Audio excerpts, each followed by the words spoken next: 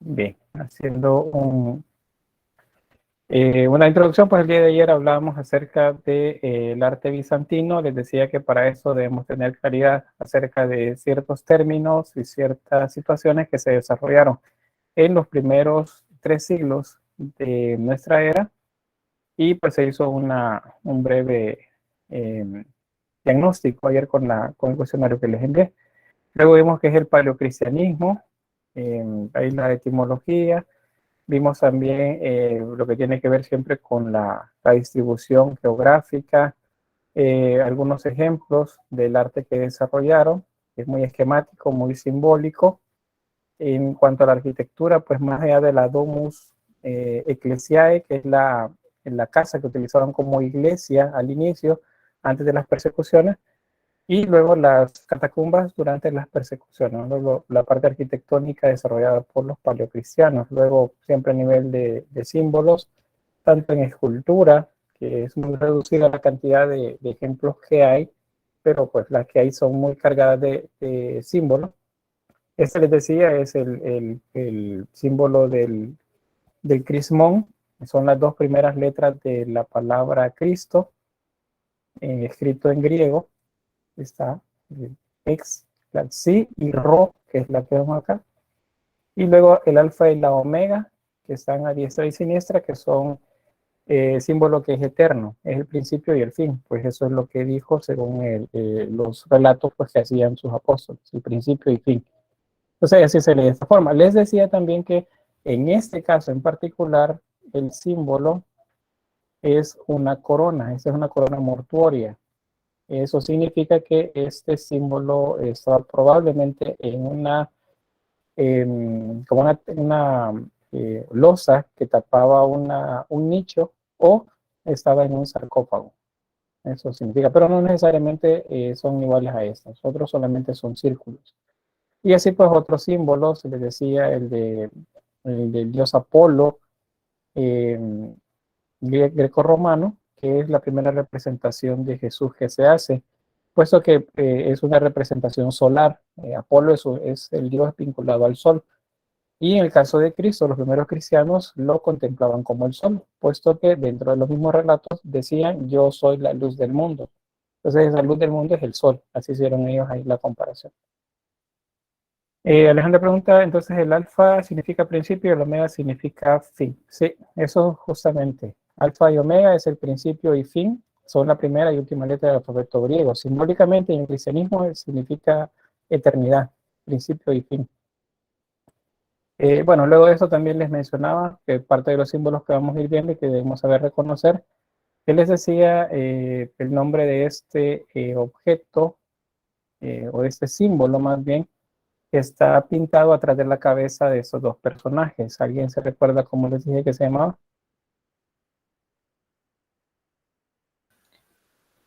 El nimbo. ¿Nimbo? Los 2 son nimbos.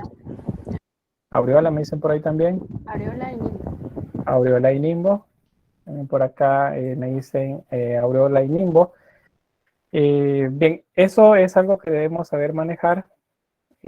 Pues para la gente común, esto se ve igual y se llama igual. A todos le dicen aureola. Es un nombre genérico, se puede aplicar. Pero nosotros que estamos en el área de las artes debemos saber exactamente, técnicamente, qué es cada uno de ellos. Y les decía que si el símbolo está atrás de la cabeza de un personaje representado que murió, entonces se le denomina aureola. Y si está atrás de la cabeza de alguien que no murió, entonces se llama nimbo. En este caso es Jesús, y este probablemente es uno de sus apóstoles.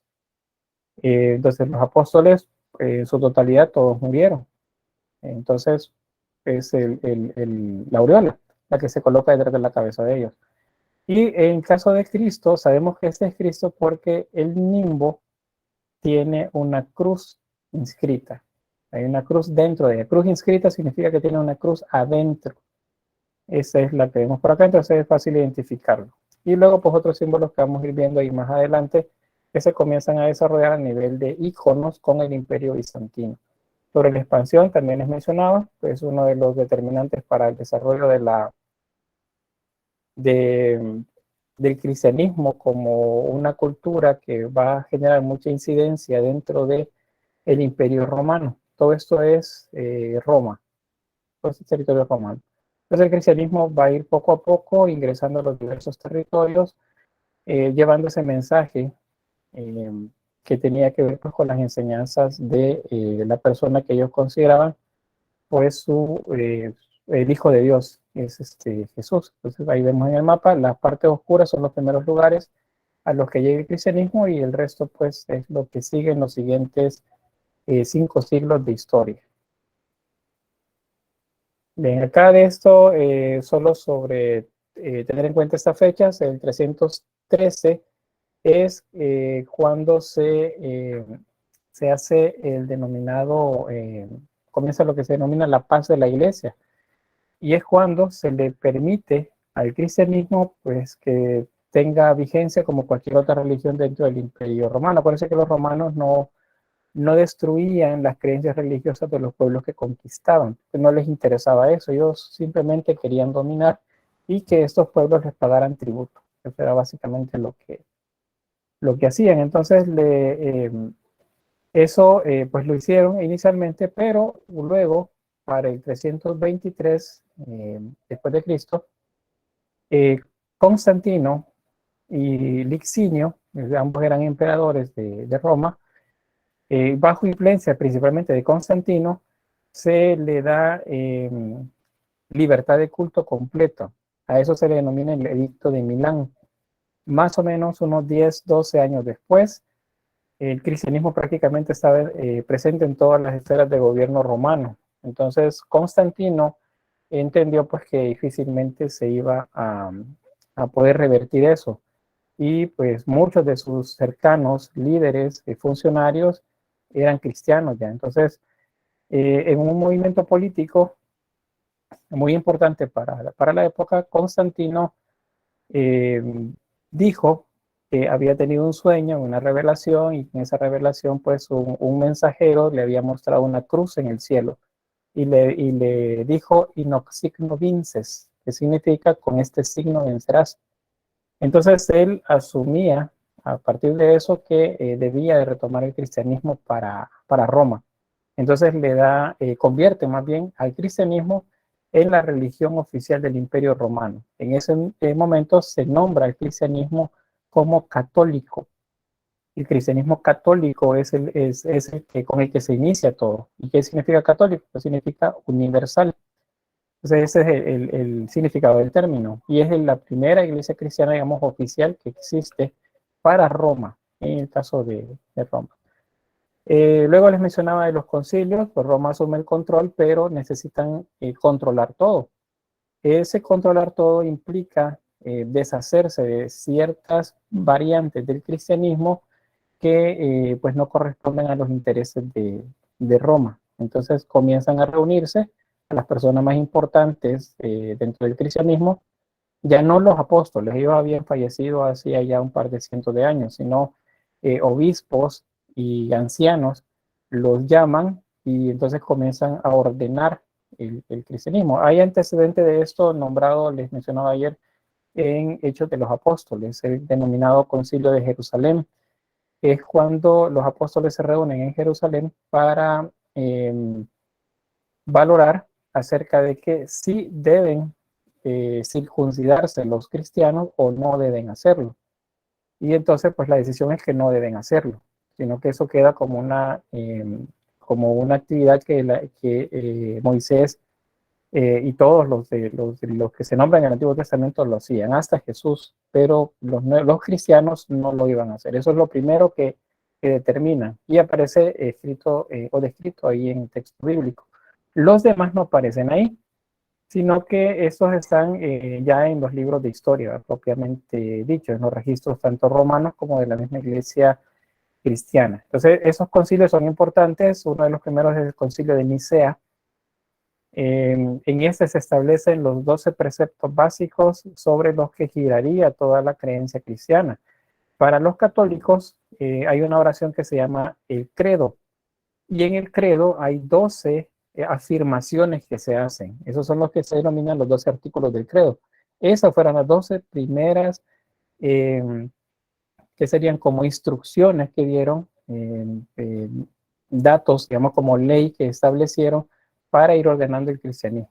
Y aquellos que no pensaran de esa forma, entonces los iban eliminando, iban quitando esas variantes. Así hubieron muchos más, eso lo vamos a ir viendo poco a poco en la medida que necesitemos saber de alguno de esos concilios por las imágenes que también pues, vamos a ir viendo. Porque los concilios también determinan qué tipo de imágenes son las que deben observarse. Acá también otro, este diapositiva se refiere a lo mismo, pero habla acerca de los sínodos, también que esas son reuniones particulares más pequeñas con líderes locales principalmente, no implica reunir a todos los líderes de la cristiandad. Quienes promovieron bastante eso fue Constantino el Grande, que es el que dio libertad de culto primero y luego convirtió al cristianismo en religión oficial del imperio. Y luego el emperador Justiniano I, que este ya es del periodo bizantino, o sea, posterior a la caída del Imperio Romano en Occidente. Hubieron muchas variantes del cristianismo, acá algunas de ellas mostradas en este pequeño como árbol genealógico. Y la primera es el paleocristianismo, junto con esto los nestorianos, luego viene el concilio de Éfeso, luego el concilio de Calcedonia, y como algunos de los más importantes que se establecen, por ejemplo, cuántos evangelios deben ser, y se eliminan todos los demás, eliminan los apócrifos, y quedan solamente 4, que son los denominados canónicos.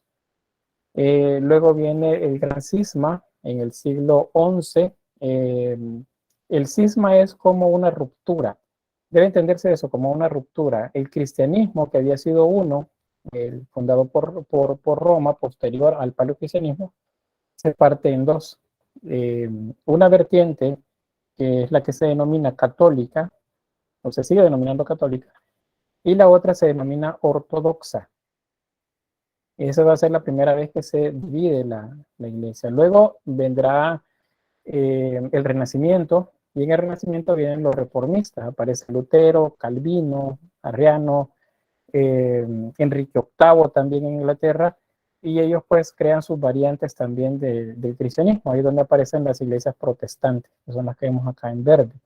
Más o menos por la misma época, dentro de las iglesias ortodoxas hay también divisiones y aparecen las denominadas católicas orientales, que son muy cercanas al catolicismo. De hecho, los líderes, el patriarca, en el caso de las iglesias ortodoxas y orientales, reconoce la autoridad del Papa, y el Papa reconoce la autoridad de ese patriarca acá. Los que no lo reconocen son, recordemos, los protestantes y bueno, el resto de variantes que han existido, que algunos han sido un tanto movimientos más bien filosóficos y muy locales también, determinados en algunos países nada más. Pero eso pues igual es para que lo tengan acá en vista. En este momento vamos a ir viendo esto poco a poco en el desarrollo de la unidad 1 y unidad 2. Acá algunos ejemplos de estas corrientes que nos van a ayudar a entender por qué algunas representaciones iconográficas en la pintura o en la escultura, por ejemplo, de esos primeros siglos. Los nestorianos, estos dicen que Jesús tiene dos naturalezas, o hay dos personas en él, una que es divina y otra que es humana. Dicen también que la Virgen María no es la madre de Dios, sino que solamente fue la madre de Cristo, o sea, de la dimensión humana de Jesús. Esas dos afirmaciones fueron denominadas como heréticas, o sea, fueron consideradas erróneas, no válidas por el cristianismo católico en el año 431. Y entonces, al denominarlas herejes, fueron perseguidas por Roma y por la iglesia romana. Perseguida significa que no crean que los apartaron y los intentaron convertir. No, lo que hicieron fue eliminarlos, o sea, mataban a los que no, a los que profesaban esa religión. La idea era eliminar esas variantes. Los monofisitas también son otros de esas variantes, muy importantes en este primer momento. Ellos dicen que Jesús, en Jesús solamente está presente la naturaleza divina, no tiene una presencia humana en él, o sea, nació, es cierto, humano, pero pues de manera milagrosa. Él no es humano, él solamente él es un ser divino y no, por lo tanto, no padece de ninguno de los vicios o necesidades de la carne, o sea, físicas. Rechazan entonces la doble naturaleza de Jesús, que dice Jesús es humano y al mismo tiempo es divino. Esto también en el 451 fue condenado como herético y pues fue perseguida en la iglesia hasta desaparecer a la mayoría de seguidores. Los arrianistas también, esa es otra variante, Arrio era el sacerdote que la promulgaba. Él consideraba que Jesús no era Dios o parte de Dios, sino que era una criatura de Dios, o sea, él no tenía parte de la divinidad de Dios, sino que solamente era una criatura de él. Pero la, el dogma o la verdad que aceptaba la Iglesia cristiana católica romana era que Jesús tenía la dimensión divina y humana al mismo tiempo. Entonces, esto era contrario. Por lo tanto, también se denominó como herética justo en el concilio de Nicea, de los primeros concilios. Eso fue casi un siglo antes de los anteriores. Y lo mismo, los persiguieron hasta eliminarlos a todos. Entonces, eso es lo que sucedía con algunas. Estas solo son tres que les he mencionado, pero había muchas otras variantes, algunas más pequeñas, otras no tan pequeñas, y cada una producía textos. Por eso es que había muchos evangelios en este momento. Entonces, en el ordenamiento que fueron haciendo a través de los concilios, fueron eliminando estos evangelios que tenían esas ideas de esas variantes del cristianismo, y pues quedaron ahí en el olvido, o muchos fueron destruidos. Pero pues los conocemos porque más de algún ejemplar fue guardado por alguien y lo leyó alguien, y eso sirvió también para la representación gráfica o iconográfica en las pinturas o en las esculturas. Muchos de ellos llegaron a nuestros días con el nombre de los evangelios apócrifos. Eso pues también vimos un poco en el ciclo anterior acerca de ellos, y vamos a irle, bueno, les voy mencionando algunos en la medida que vayamos viendo algunos temas. Por ejemplo, cuando veamos gótico, tenemos que hablar acerca del protoevangelio de Santiago, que es donde se habla acerca de la historia de María desde la época de Joaquín y de Ana, que eran los padres de ella. Entonces, ahí vamos a ir viendo y vamos a ir entendiendo también por qué aparece en ese momento esas representaciones en el arte y qué es lo que está atrás de ello en ese momento. De que esto, pues luego volvemos acá a la realidad de Roma en ese contexto de inicio del cristianismo, y pues es en el 395 que definitivamente el Imperio Romano lo van a dividir en dos. El Imperio Romano de Occidente y el Imperio Romano de Oriente. Acordémonos que en este lugar había una ciudad griega llamada Bizancio, que era un puerto muy importante. Entonces, a ese lugar los emperadores trasladan administrativamente la capital, parte de la capital romana, porque Roma sigue siendo también importante acá, en el occidente. Eventualmente se va a concentrar el poder acá, en Bizancio. Eso ya es en la época de Constantino el Grande. Él traslada su centro de operaciones a la ciudad y nombra la ciudad como la ciudad de Constantino, o sea, Constantinopla. Ese es el nombre que se le da luego a esa ciudad griega que existía allá acá. Y esas van a ser como las dos ciudades más importantes en ambas secciones del imperio. Para Occidente, la capital sigue siendo Roma, y para Oriente, la capital ahora es Constantinopla, o sea, la antigua Bizancio. Esa es la realidad que se da por acá. Recordemos también que Occidente fue víctima de una infinidad de invasiones de los pueblos bárbaros. Esto tenía que ver con el debilitamiento del ejército, dado que el control económico se fue quedando en Oriente. Entonces acá no había tanto dinero para mantener las fronteras bien custodiadas con soldados. Entonces poco a poco fueron ingresando los pueblos bárbaros. Los primeros que llegaron, de hecho, logran hacer alianzas con los romanos. Los romanos les permiten quedarse con la condición que les ayuden a repeler a las siguientes oleadas que venían de invasores bárbaros desde el norte.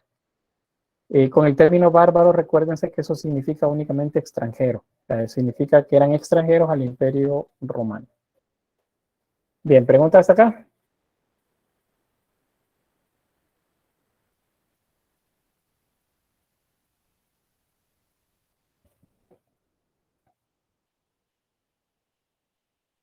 Todo claro, Lee. Muy bien, gracias. Bien, entonces avanzamos acá.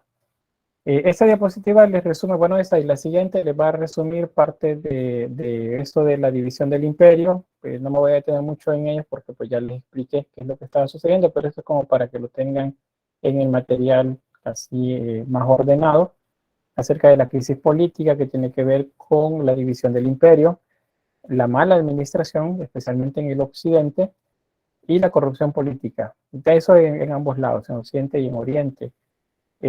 Crisis por escasez de esclavos, disminución de la actividad comercial, producto de las mismas invasiones en la mayor parte del Imperio Romano, el ala oriental.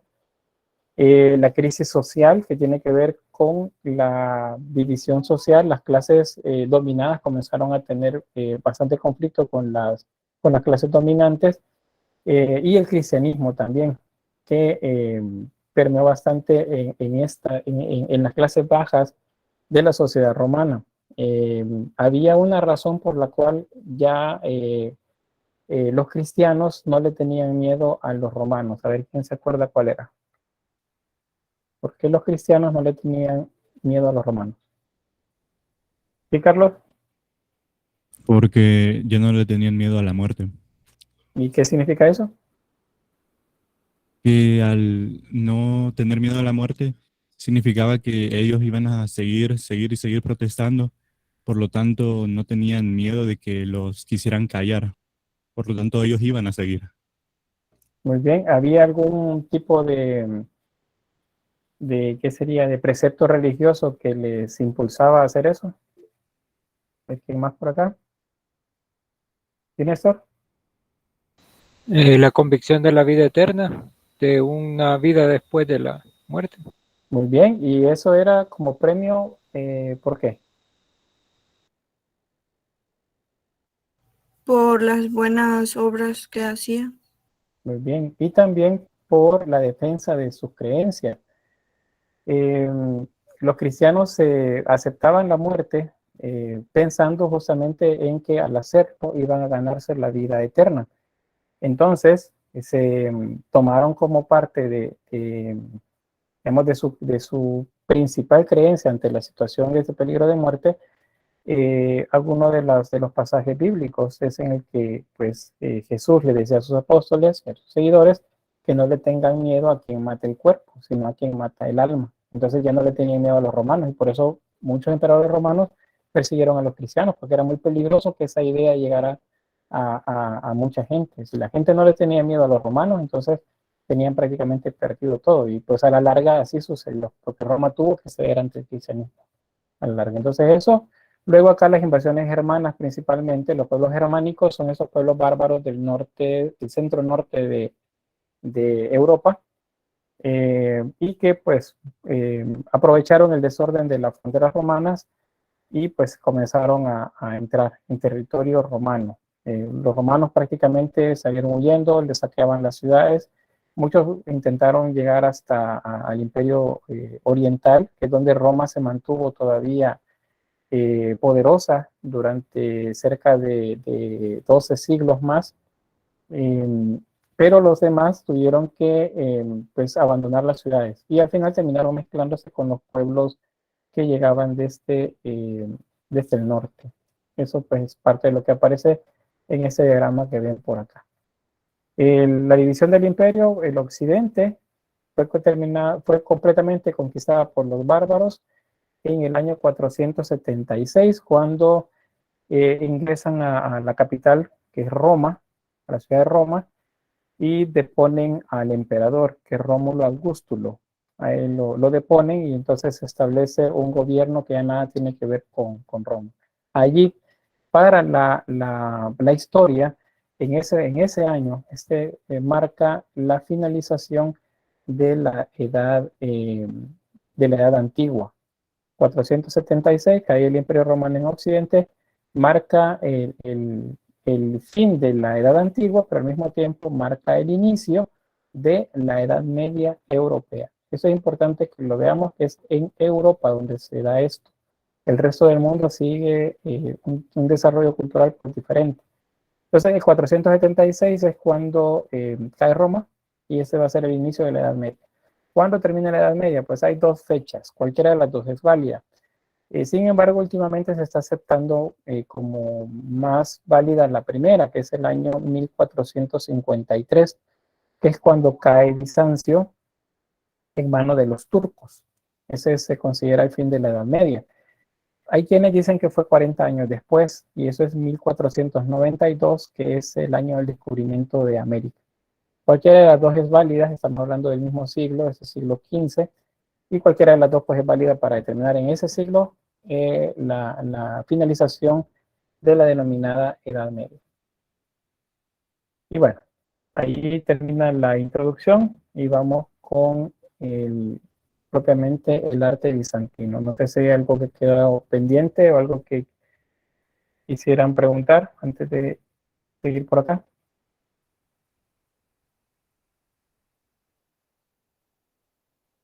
Bueno, en el chat veo que no. ¿Sí, Carlos? ¿Por qué se dice que la Edad Media termina cuando se descubrió América? Porque cambia, pero primero es una fecha que de manera discrecional los historiadores la establecieron. Es una fecha en la que se considera que algo importante cambió en la relación entre las diversas naciones europeas principalmente. Y eso es que se descubre para ellos en ese momento un nuevo camino hacia las Indias orientales. Se creía que el mundo era plano y que la Tierra era plana y que pues si seguía navegando hacia el occidente se iba a llegar al borde de la Tierra, y resulta que Cristóbal Colón comprueba que no, pero él creyó que había llegado a las Indias o a la India oriental, y por eso se le denominó así a las personas que encontraron en este lugar. Eso cambió el rumbo del desarrollo de la humanidad. Por eso se establece esa fecha como la de la finalización de la Edad Media.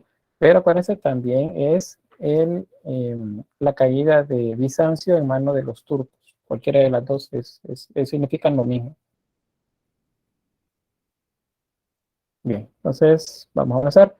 Bien, entonces el Imperio Bizantino. Ya dado la parte contextual que tiene que ver con los primeros 3 siglos de desarrollo europeo, vamos a entender acá entonces que el Imperio Romano luego de la fractura que tiene, va a concentrar su poder en el oriente, porque es donde están mejor organizados. Esa zona oriental en territorio es principalmente griega. Ahí está Grecia, ahí está Anatolia, está en la zona de la actual Armenia, la parte de la Grecia insular, donde está el mar Egeo, pues todo eso pues está en esa región. Entonces, allí es donde Roma se va a asentar. Ellos siguieron siendo romanos, se consideraron a sí mismos como romanos siempre, aunque les había cambiado la religión, por eso que se había colocado como religión oficial del imperio el cristianismo, pero pues seguían considerándose de esa manera. ¿Por qué se le llama bizantino? Primero es porque la ciudad más importante de esa región del Imperio Romano era Bizancio, que recuérdense es una ciudad griega, que luego Constantino la convirtió en su ciudad y la nombró como Constantinopla. Entonces, esa es la razón. Se retoma el término, el nombre griego, Bizancio, y los historiadores, ahí por el siglo XVII, comienzan a nombrar a esa variante del arte medieval de esa forma, como arte bizantino, imperio bizantino. Y de ahí, pues, ya quedó registrado para la historia de de esa manera. No, por acá, Rolando dice, ¿el Imperio Oriental hizo algún intento por salvar al Imperio Occidental? Sí, no salvarlo, más bien unificarlo, de nuevo, unificar el imperio, pero no lo pudo hacer de manera militar. Sin embargo, tuvo mucha influencia a nivel religioso. O sea, el cristianismo siguió moviéndose, los obispos, los sacerdotes, aquellas personas que eran creyentes se siguieron moviendo en el territorio occidental. Entonces hubieron varios emperadores que intentaron anexar de nuevo ese territorio que consideraban siempre parte de su territorio, pero no lo lograron. Fue bastante difícil porque la gente respondía a intereses locales, o sea, ya no había una identidad como romanos, sino que cada quien tenía una identidad local, los germanos, los burgundios, los alanos, los sajones, los anglos, los hispanos, los galos, cada quien tenía pues su propia identidad, entonces fue un poco difícil. Sin embargo, a nivel cristiano, cuando el emperador tiene a la par de él al papa, al papado, el cristianismo católico, y el control del lado occidental ya lo tiene el cristianismo, entonces intentan anexarlo, pero no lo van a lograr hacer. Sin embargo, habrá un rey, es Carlos el Grande o Carlo Magno, seguramente ya lo habrán escuchado. Carlo Magno, él intenta restaurar la Roma antigua y anexar todos los territorios, pero no lo logra. España, la actual España para ese momento está bajo el dominio de los musulmanes. La parte sur de, de la Europa occidental, los godos todavía tienen bastante poder ahí, y la zona norte de África, que es la cuenca del mar Mediterráneo, pues los islámicos también tienen bastante presencia. Entonces es difícil que lo lograran hacer, no lo pudieron hacer ya nunca más. Néstor dice, ¿el cristianismo oriental mostraba diferencias al romano? No, pero la pregunta debe plantearse al revés. Si porque más bien, creo que ahí está mal escrito oriental, debe ser occidental, porque el cristianismo oriental es el mismo romano, es el católico universal, ese es oriente. En occidente es que van a haber variantes, eso sí, ¿por qué? Porque no hay una identidad propia como Roma, sino que los diferentes pueblos bárbaros van a aportar su identidad, sus creencias y la van a mezclar con la del cristianismo. Habrá muchas cosas en las que varían. Sin embargo, las líneas principales por ejemplo, cuál es el rostro de Jesús, quién es María, quiénes son los apóstoles, esas siguen emanando de este Bizancio, de este Constantinopla, ahí siguen emanando. ¿Y por qué?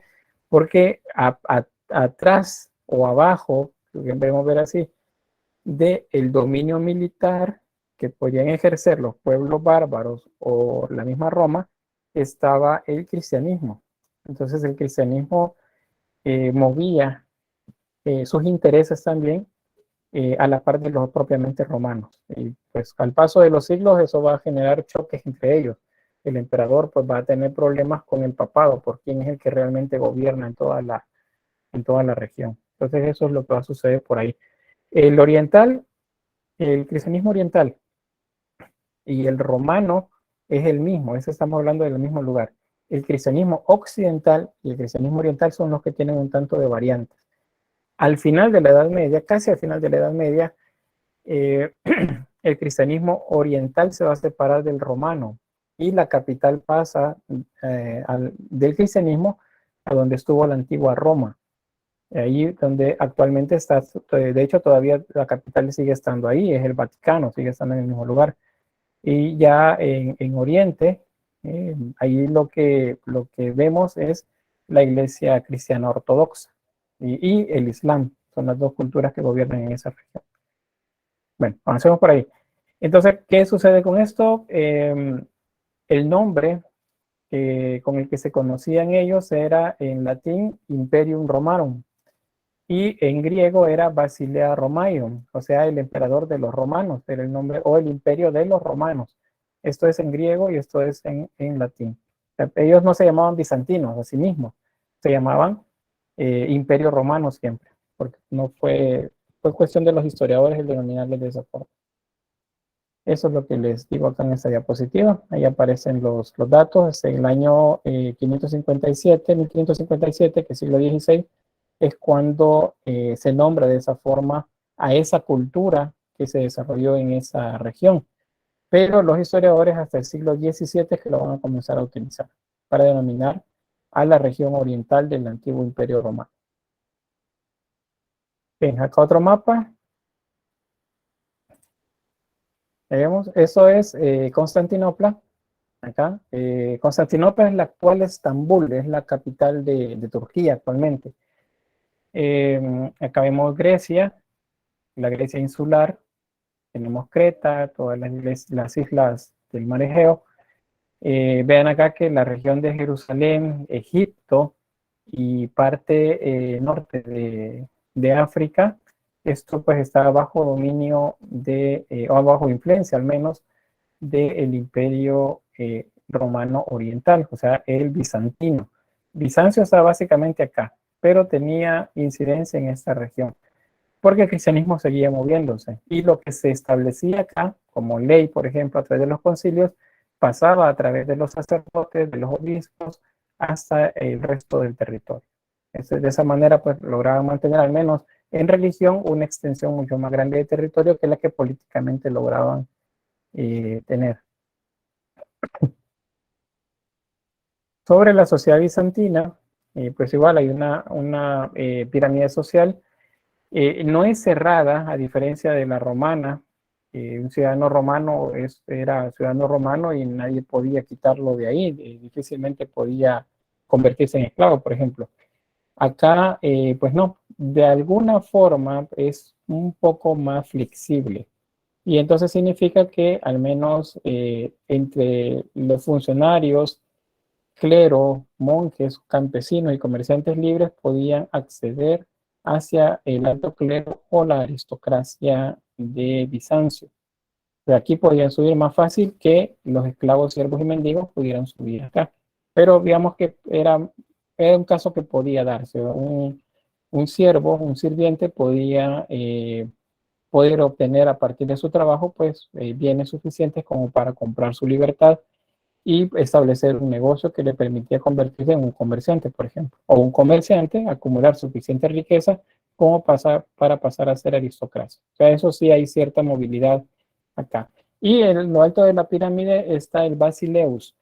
El basileus es el término que utilizaban para denominar al emperador. Esto de basileus es casi como utilizamos el término de César o el término de Augusto. Pues decimos Rómulo Augusto.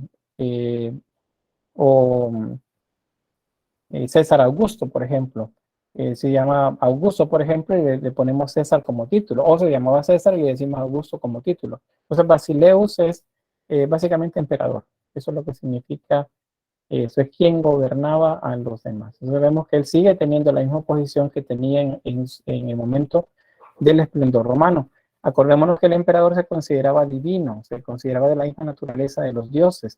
En este caso, que ya no hay dioses, sino que ahora hay una religión cristiana que establece que solamente hay un solo Dios, entonces ellos no se consideraban Dios, pero sí se consideraban partícipes de la divinidad. O sea, ellos eran merecedores de estar cerca de Jesús, por ejemplo, de María, o ante la presencia de Dios o de sus ángeles. Eso lo podían ellos hacer. Y lo vemos, o lo vamos a ver en las pinturas y en los mosaicos que están en las iglesias. Ahí aparece el emperador junto con la emperatriz a la par de la Virgen María, por ejemplo. Entonces, si están a la par es porque ellos visualmente quieren mostrarse a la gente como si son ellos igual de divinos, que participan de la divinidad. Ahora bien, el arte bizantino sería entonces una expresión que significa un tipo de arte que tiene por influencias a Grecia, a Roma, a Egipto, a los pueblos orientales, como por ejemplo Persia, o la región de Babilonia, de Mesopotamia, y al paleocristianismo. Es ese primer cristianismo que es el que sienta las bases para que luego lo demás se vaya ordenando. Y el ordenamiento que tiene, pues básicamente va en función, o la periodización va en función de ciertas etapas en las que se desarrolla su historia. Vamos a hablar de edades de oro. La primera edad de oro del Imperio Bizantino va del siglo VI al siglo VII, y acá es la época de... déjenme ver acá. Bueno, luego les coloco ahí mejor el dato acá. Aquí tenemos un emperador. Del siglo VIII al siglo IX tenemos la denominada crisis iconoclasta, que eso lo vamos a ver cuando estemos hablando de la pintura. Y eso es algo que preguntaban también el día de ayer acerca de las imágenes, porque las imágenes, si antes en Roma y en Grecia se hacían tan bien, tan anatómicamente exactas, porque pasan a ser formas desproporcionadas. Tiene que ver con las crisis iconoclastas. Acá lo que se hace es luchar. Hay una lucha, más bien una guerra prácticamente, entre aquellos que dicen que las imágenes son necesarias para la iglesia y los que dicen que las imágenes no son permitidas dentro de la iglesia. Esa lucha se da acá. Se llaman crisis iconoclastas, se llama. Del siglo IX al siglo XIII es la denominada Segunda Edad de Oro, es una época de expansión para Bizancio, y se va a desarrollar también las artes grandemente. Del siglo III al siglo XV viene una etapa, la que se denomina Tercera Edad de Oro, y esta se caracteriza por una expansión también de la influencia bizantina, pero al mismo tiempo un debacle del arte como tal. También va perdiendo un tanto de calidad, no calidad, sino identidad, a razón que van apareciendo nuevas formas de representación. Y eso nos dice pues que el periodo básicamente está por terminar. Estaríamos entrando en el resto de Europa al momento de finalización de la Edad Media.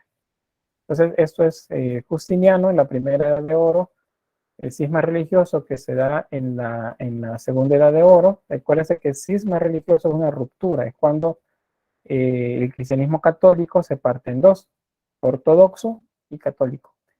Y la etapa de expansión y decadencia, que es justamente la última. Entonces vamos a ver por ahí, no sé si hay alguna pregunta hasta acá.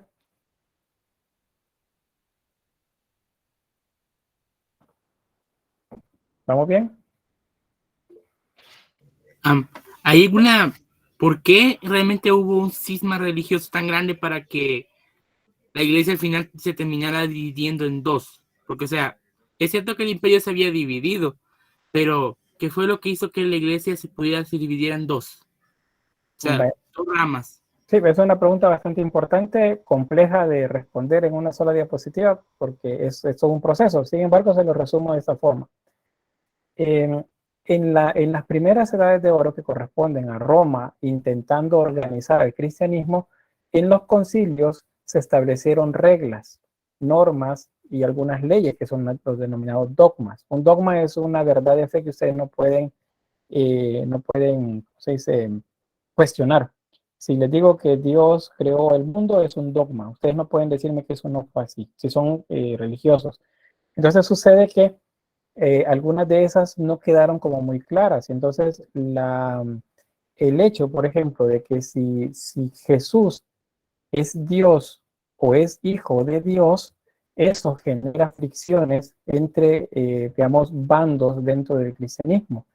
Y esos poco a poco se van haciendo cada vez más abismales las diferencias entre ellos y no se ponen de acuerdo entre, por ejemplo, si Jesús es Dios, es hijo de Dios, comparte la naturaleza del Padre, y luego dice, no, es que para esta época, por acá, por la crisis iconoclasta, aparece también la idea de la Trinidad Santa, Dios Padre, Dios Hijo y Dios Espíritu Santo, porque eso no nace desde el primer cristianismo, eso nace después. Entonces, eso tampoco se ponen de acuerdo. Y entonces esas diferencias van haciendo que se separen. Al final terminan desconociéndose, el Papa desconoce a los líderes de la otra vertiente, y eso es lo que hace que se divida. Es un tanto complejo, lo vamos a ir viendo en la unidad, qué es lo que va a ir apareciendo, porque no todo se desarrolla acá en Bizancio, sino que parte del conflicto se desarrolla también en la zona occidental, solo que ya no estamos viendo Bizancio, ya en Occidente estaríamos viendo románico, Y en la crisis del románico tiene que ver el milenarismo, la idea de que Cristo viene, Cristo viene, Cristo viene, y resulta que Cristo no vino. Y entonces al no venir generó un tanto de desconfianza hacia que si la iglesia estaba diciendo o no la verdad. Entonces todo eso junto hizo que la iglesia se separara por primera vez en lo que se llamó el cisma religioso. Y se quedó la zona oriental, que es la que se denomina iglesia ortodoxa. Actualmente ustedes la pueden ver, es la iglesia armenia, la iglesia cristiana griega, la iglesia cristiana rusa, esas son las vertientes ortodoxas orientales, y el resto se movió, los líderes se movieron hacia la antigua capital, hacia Roma, y allí está la capital del catolicismo hasta la fecha, es el Vaticano. Entonces eso fue lo que sucedió. Poco a poco vamos a ir viendo ahí, por si no quedó muy clara la idea. No sé si alguien más.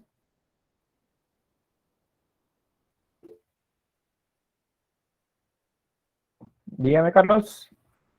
En cuanto a esta diapositiva, en la primera edad, en la segunda y en la tercera, en la crisis, ¿estuvo solo un emperador o hubieron más? No, hubieron muchos emperadores. Estamos hablando de alrededor de 11 siglos. En 11 siglos, digamos que hubieran gobernado 30 años cada emperador, estamos hablando de 33 emperadores como mínimo. Emperadores y emperatrices, porque hubieron también emperatrices gobernando en esta región. Entonces es bastante complejo. Se me escapó mencionar que en lo del cisma religioso también tiene que ver esto, la crisis iconoclasta, la idea de que las imágenes deben o no deben existir. O sea, deben haber o no deben haber imágenes dentro de la representación. Eso es parte de lo que genera ese cisma. Santiago pregunta acá, ¿cuál es la diferencia entre la iglesia ortodoxa y la católica? Bueno, los ritos es uno, los tipos de ritos que hacen son un tanto diferentes, mantienen los sacramentos. En el caso del catolicismo hay 7 sacramentos, creo que la ortodoxia mantiene la misma cantidad. Hay videos que seguramente ustedes habrán visto, de repente se ponen de moda en redes sociales, y es de un sacerdote que agarra a un niño y lo zambulle con fuerza 3 veces adentro de un recipiente con agua y lo sacude, o sea, no le echa un poquito de agua en la cabeza porque lo está bautizando, no, lo zambulle con fuerza adentro y lo sacude adentro del agua. Ese es un bautismo igual, pero es muy diferente al bautismo que se desarrolla entre el cristianismo católico y el cristianismo no católico. Entonces esa es una, por ejemplo, diferencia. Por eso digo, la diferencia más bien son en los ritos. La organización también es diferente. Dentro del catolicismo, los cardenales, el Consejo Cardenalicio, que son los máximos jerarcas después del Papa, entre ellos eligen quién es el siguiente Papa. Si, por ejemplo, el Papa Francisco, que es el actual, falleciera, entonces el Consejo Cardenalicio entran a lo que se llama cónclave. Más adelante vamos a ver qué es un cónclave. Y pues ahí entre ellos eligen quién va a ser el nuevo papa. Puede ser por iluminación, que es que pues a todos se les prende la luz, como decimos, y todos escriben el mismo nombre en ese papel que les dan, o por aclamación. Uno de ellos dice un nombre y todos los demás comienzan a corearlo, y entonces ese va a ser el siguiente papa. Es un ritual que hay dentro que se hace para eso. Dentro de la ortodoxia es diferente. El máximo jerarca, el que se llama el patriarca, no el papa es en el cristianismo católico, en la ortodoxia es el patriarca, es el más anciano de todos. Cuando éste muere, entonces el siguiente más anciano es el que va a tomar el poder. Y así van, pues, diferentes. Luego la iconografía es más bizantina, casi no ha cambiado la de la ortodoxia. Y por el contrario, la occidental cambió según cada momento histórico. La románica es diferente a la románica, la gótica, la renacentista, la barroca, la neoclásica, todas son diferentes. En cambio, en Bizancio, que es la vertiente oriental, ortodoxa, se mantienen casi los mismos. Hay más culto, más apego a la figura de María también en la ortodoxia. aunque en la católica, aunque les pareciera que no, la ortodoxa tiene mucho más apego hacia María. Vamos aquí, Alejandro dice, entonces la iglesia ortodoxa no cree que Jesús es hijo directo de Dios o algo así, no me quedó muy claro eso. No, es la naturaleza de él, si es hijo de Dios o es Dios. Eso es lo que inicialmente se convirtió en un problema para el cisma. Pero pues actualmente es muy similar la creencia. Digo actualmente, o sea, estamos hablando de 10 siglos después. La creencia es muy similar ahora a la nuestra, digo, al resto del mundo cristiano. Jesús es hijo, pero al mismo tiempo es Dios. Y pues eso, hay mucha cuestión filosófica ahí, que es la que explica eso. No es algo que se pueda explicar fácil, es un poco complejo lo de eso. Especial es fácil si ustedes lo hacen desde el punto de vista religioso, pero desde el punto de vista filosófico es un tanto más complejo el hablar acerca de eso, y sin embargo, pues eso es lo que sucedió por ahí. Bien, voy a avanzar acá, porque necesito que veamos los ejemplos. La primera edad de oro, les decía, es la época de Justiniano, y la emperatriz Teodora también es una época en la que ellos intentan hacer de Roma, que Roma tuviera el esplendor que tuvo antes. Llenan las iglesias de mucho colorido, con muchas imágenes. Aparecen las primeras imágenes que representan más formalmente tanto a los apóstoles, a Jesús, a María, a los ángeles, por ejemplo, aparecen acá, muy vistosos, muy llenos de color y de riqueza también adentro de las iglesias. ¿Por qué de riqueza? Porque los romanos, acuérdense que el emperador especialmente, él era muy adepto a las riquezas. Entonces ahora resulta que si queremos hablar de la divinidad, si queremos hablar del cielo, si queremos hablar de Dios, entonces tiene que haber riquezas alrededor de eso. Y entonces se va desnaturalizando aquella idea del paleocristianismo en la que pues era la religión de los pobres, era la religión de los desposeídos, de los oprimidos. Acá no, la iglesia comienza a quedarse ya no con los de abajo, sino más bien con la élite.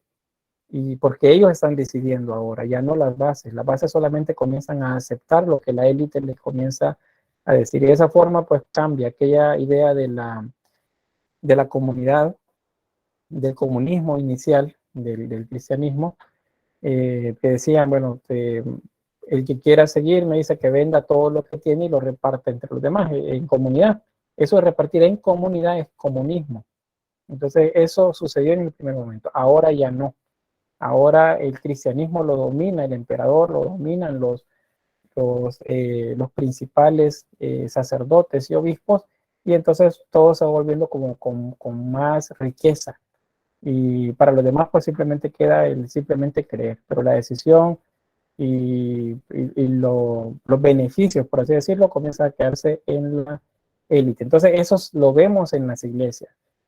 Por eso se llama edad de oro. Una de las técnicas que se utilizan bastante acá es la del el mosaico, la del opus tessellatum, si recuerdan, que es el nombre de la técnica, opus tessellatum, nosotros le decimos mosaico. Esa es una de las que más se utilizan, con colores muy brillantes, azules, rojos, que son símbolos de la realeza, y con mucha calidad, mucho trabajo, porque los romanos, recuérdense que fueron los que mejor desarrollaron el mosaico, solo que ellos lo trabajaban para los pisos y pocas veces para las paredes. En el caso de los bizantinos, como eran representaciones de cuestiones divinas, entonces no los dejaban en el suelo para que la gente no los pateara, sino que pasaron a las paredes de las iglesias. Ahí estamos por acá. Acá unos ejemplos. Esta es la iglesia de Santa Irene en Estambul, es la antigua Bizancio o Constantinopla. Ahí podemos ver cómo es que se comenzaron a configurar las iglesias ahora. La base para la construcción de estas iglesias, de estos templos, es la Basílica Romana. Recordemos también, la Basílica Romana es un edificio público. Basílica originalmente no es un templo, sino que es un espacio público donde podía haber un mercado, podían haber instancias con las que los senadores, por ejemplo, se comunicaban con el pueblo, eran lugares para que la gente conviviera. Entonces, esos edificios los van a transformar en lugares para el culto, designados para el culto, y eso es esto que vemos por acá. Estos elementos ya los vamos a ir viendo también, les voy a ir mostrando algunos, los ábsides, que son estos elementos de acá, luego las cúpulas, las pechinas, poco a poco lo vamos a ir viendo por ahí. Este es el exterior de esta misma iglesia. Esa también corresponde a la primera edad de oro, es la iglesia de Santa Sofía, en Estambul también, es decir, la antigua Bizancio. El nombre es Hagia Sofía en griego, sería algo así como la iglesia de la Santa Sabiduría de Dios, sería el término completo. Esto es Santa Sabiduría, Hagia Sofía, o Santa Sofía, la Santa Sabiduría.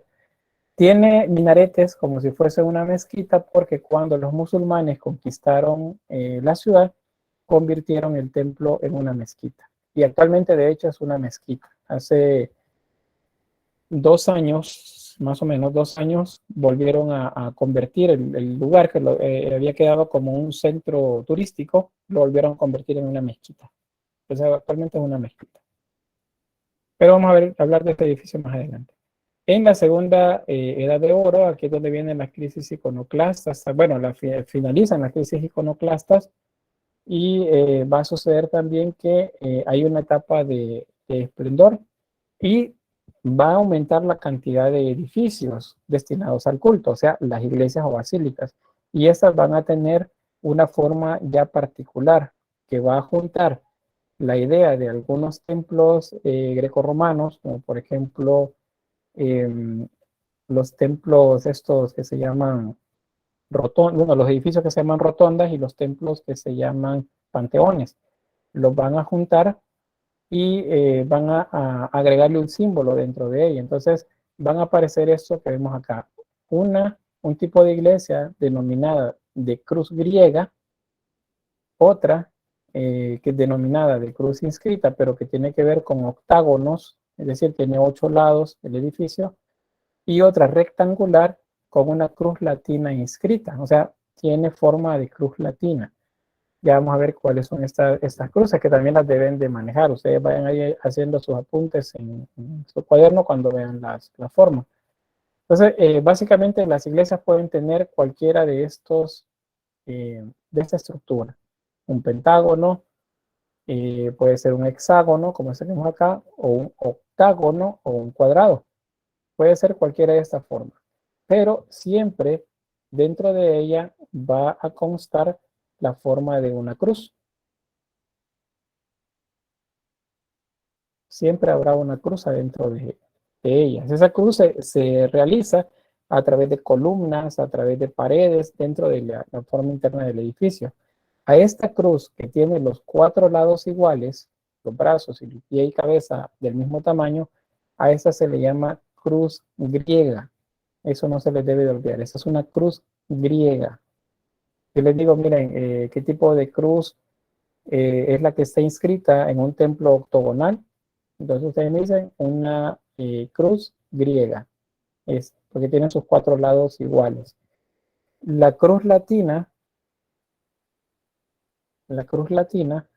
está inscrita dentro de un edificio rectangular, o sea que tiene forma de un rectángulo.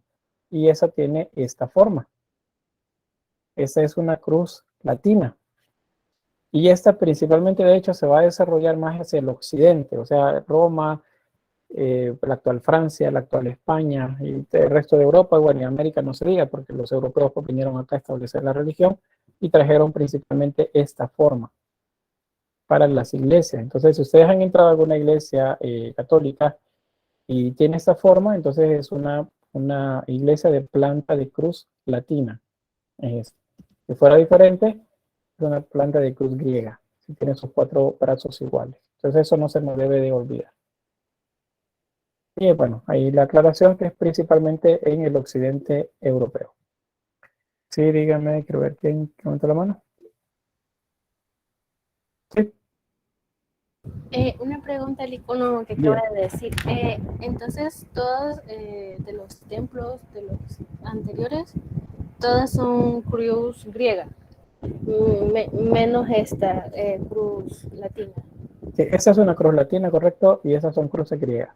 Todos. Todas esas. Independientemente de si es un pentágono, un hexágono, un octágono o un cuadrado, pues es una cruz griega la que está inscrita en ella. Inscrita, acuérdense que significa, quiere decir que está adentro. Igual esa es un templo rectangular con cruz inscrita. Es latina, cruz latina. Bien, que Carlos Alfredo dice acá, la cruz latina se hace más famosa o son igual de conocidas. No, es más conocida esta, la cruz latina, por una razón. Se desarrolló en el occidente europeo y resulta que el área occidental de Europa es donde están España, Portugal, Francia, Inglaterra, y esas son las potencias colonialistas que conquistaron América. Entonces, ellos trajeron, junto con la religión cristiana, los símbolos que ya utilizaban en esa región, que eran básicamente estos. Por eso que es un poco raro que veamos iglesias octogonales acá, al menos del siglo XIX para atrás. Siglo XX en adelante es diferente porque se desarrolla el tipo de arquitectura historicista, o sea, aquella que estudiaba las antiguas culturas y pues comenzaron los nuevos estilos, pero sí, la más conocida para nosotros acá en América es esta, porque, les repito, las naciones de la región occidental de Europa fueron las que vinieron a conquistarnos a nosotros. Si hubieran venido los bizantinos y ellos nos conquistan, probablemente el tipo de iglesias que veríamos serían principalmente como esta. Esa es la razón. Sí. Dice Ricardo, por eso crucificaron a Jesús en ese tipo de cruz. Bueno, eso es algo que lo vimos bastante el ciclo anterior en el paleocristianismo. Solamente recordarles acá y bueno, quizás mencionarlo por quienes nos acompañan acá por primera vez. La cruz es un símbolo muy antiguo, no es cristiano. Los cristianos la retomaron, pero de hecho ni siquiera los evangelistas se ponen de acuerdo en qué tipo de objeto fue clavado Jesús. Para uno eh, de los evangelistas es un madero, dice Jesús cargó con un madero, otro dice cargó con una cruz, pero nadie dice exactamente qué fue. Y también históricamente no hay nada que compruebe que los romanos colgaban a la gente clavada en una forma como esta. No hay nada, nada. Históricamente no hay nada que diga previo al cristianismo que ese era un castigo que los romanos hacían. Sí empalaban gente, sí colgaban gente, sí amarraban gente a palos y ahí los amedrentaban, pero no con esta forma. Eso es un símbolo que aparece ya con el cristianismo. Y bueno, vamos a verlo cuando aparece el icono, vamos a hablar un poquito acerca de la cruz. Acá dice, Eduardo dice, no, fue en un madero o un poste.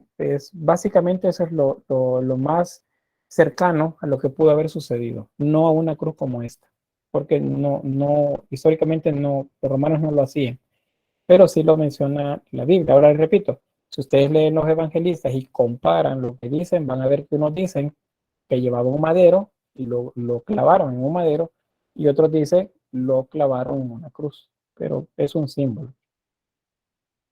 Vamos a ver, ¿qué más? Acá un ejemplo, esta es, déjenme ver cuál es la iglesia de los santos Sergio y Baco.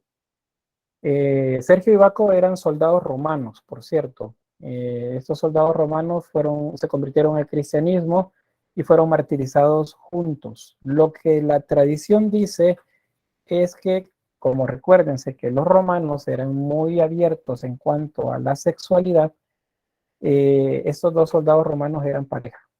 Entonces vivían juntos como pareja y murieron juntos. Por eso es que dentro de lo que se denomina santoral del cristianismo católico, se les menciona juntos. Y alguien se ha fijado, siempre dicen San Sergio y San Baco. Los dos los mencionan siempre juntos. Es el mismo caso de dos santas también, que es Santa Felicidad y Santa Perpetua.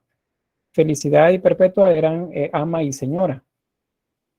ambas ayudaron bastante a bien morir, por así decirlo, a aquellos que eran condenados a morir en el circo romano y cuidaban de los niños, de aquellos que iban falleciendo.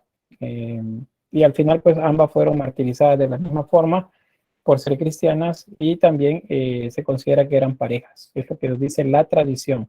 La tradición, oigan bien, no nada religioso, sino la tradición.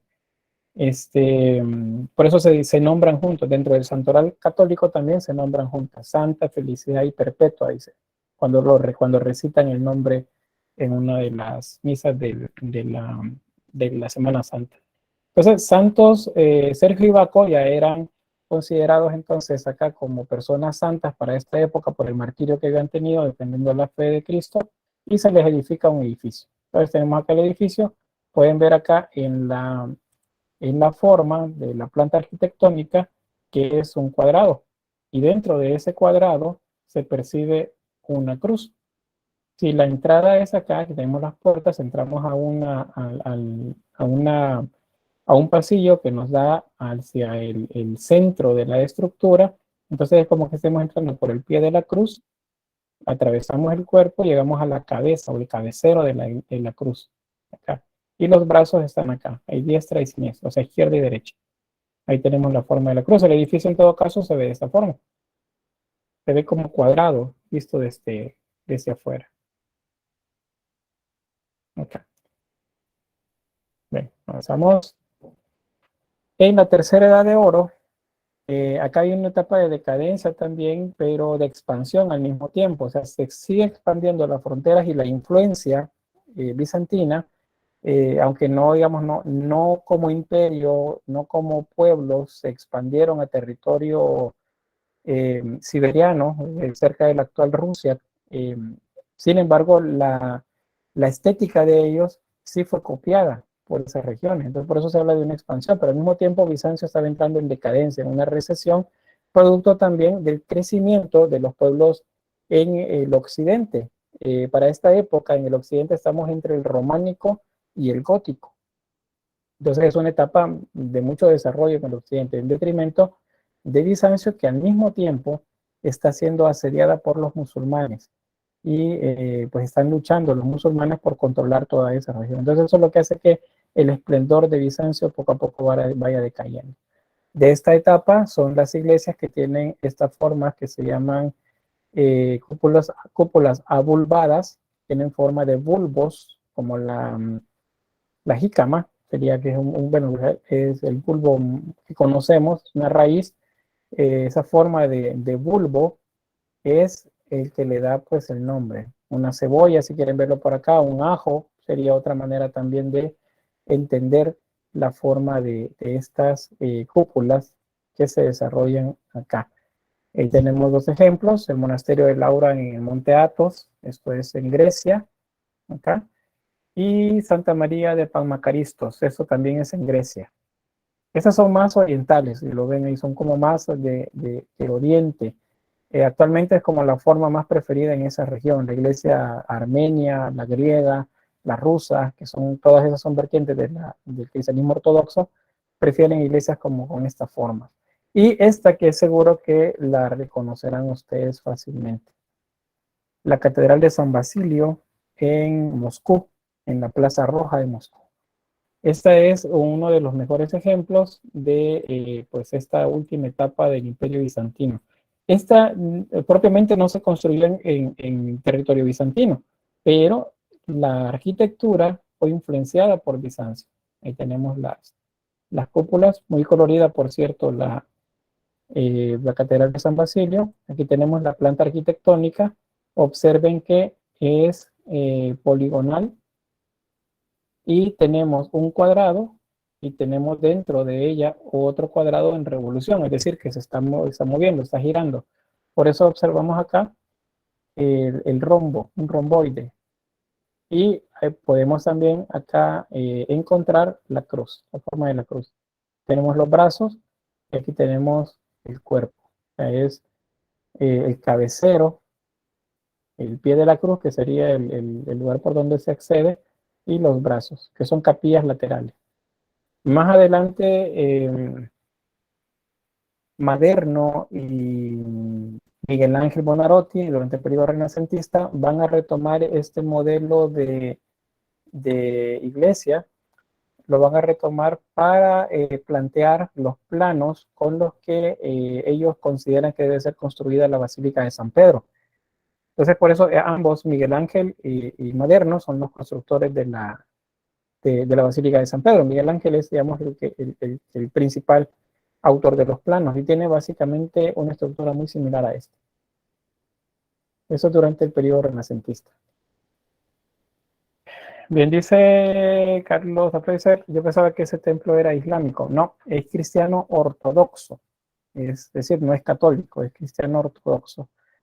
Y ahora, la influencia islámica también tiene que ver con estas tomas. Porque Bizancio retoma de muchas otras culturas. Entonces, una de las culturas a las que le copia, por así decirlo, durante la Tercera Edad de Oro, es a las musulmanas. De ahí que se enriquece un poco el estilo.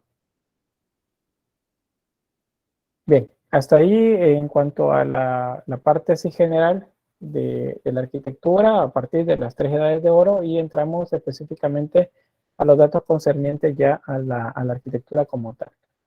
No sé si hay preguntas hasta acá, alguna duda o algo que quisieran aportar.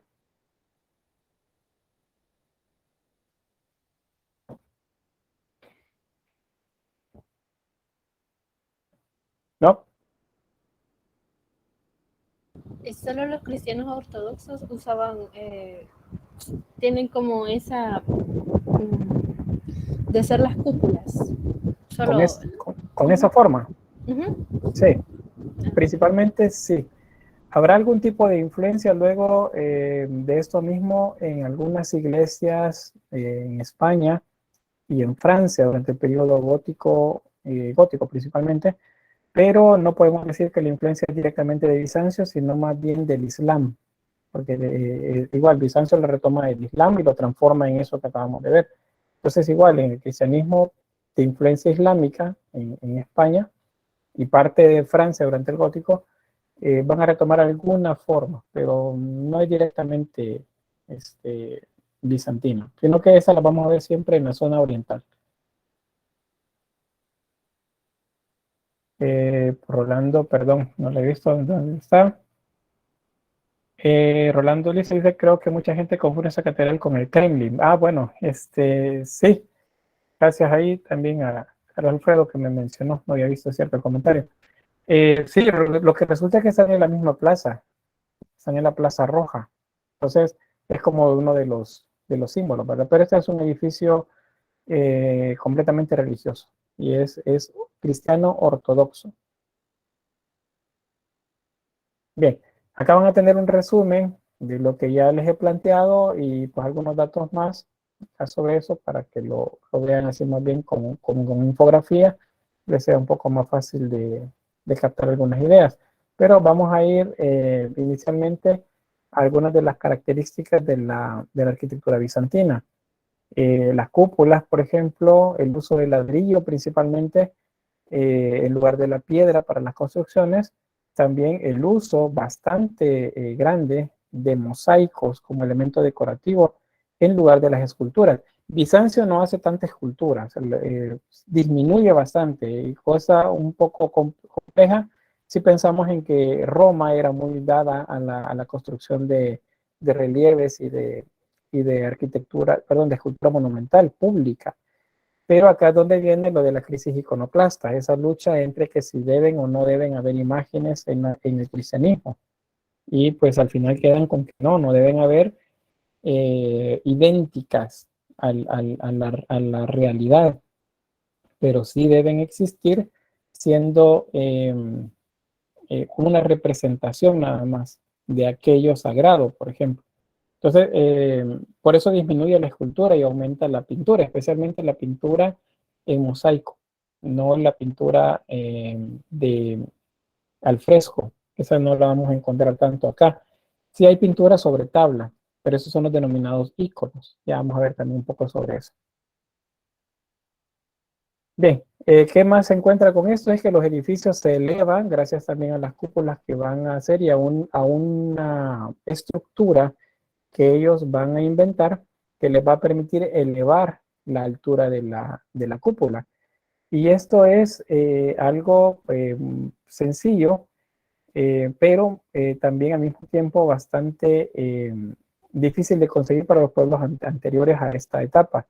Y son estos elementos triangulares que se llaman pechinas. Las pechinas lograban transformar la cúpula redondeada, circular en su base, la lograban convertir en un cuadrado más bien. Lograban convertirlo en un cuadrado. Y de esa forma enlazaban de mejor manera con las columnas en la parte interna de la iglesia. Entonces vamos a ver acá otra más. Ese es el elemento constructivo de un acercamiento. Acá las pechinas son esos triángulos, son esos que van acá. Esa es una pechina.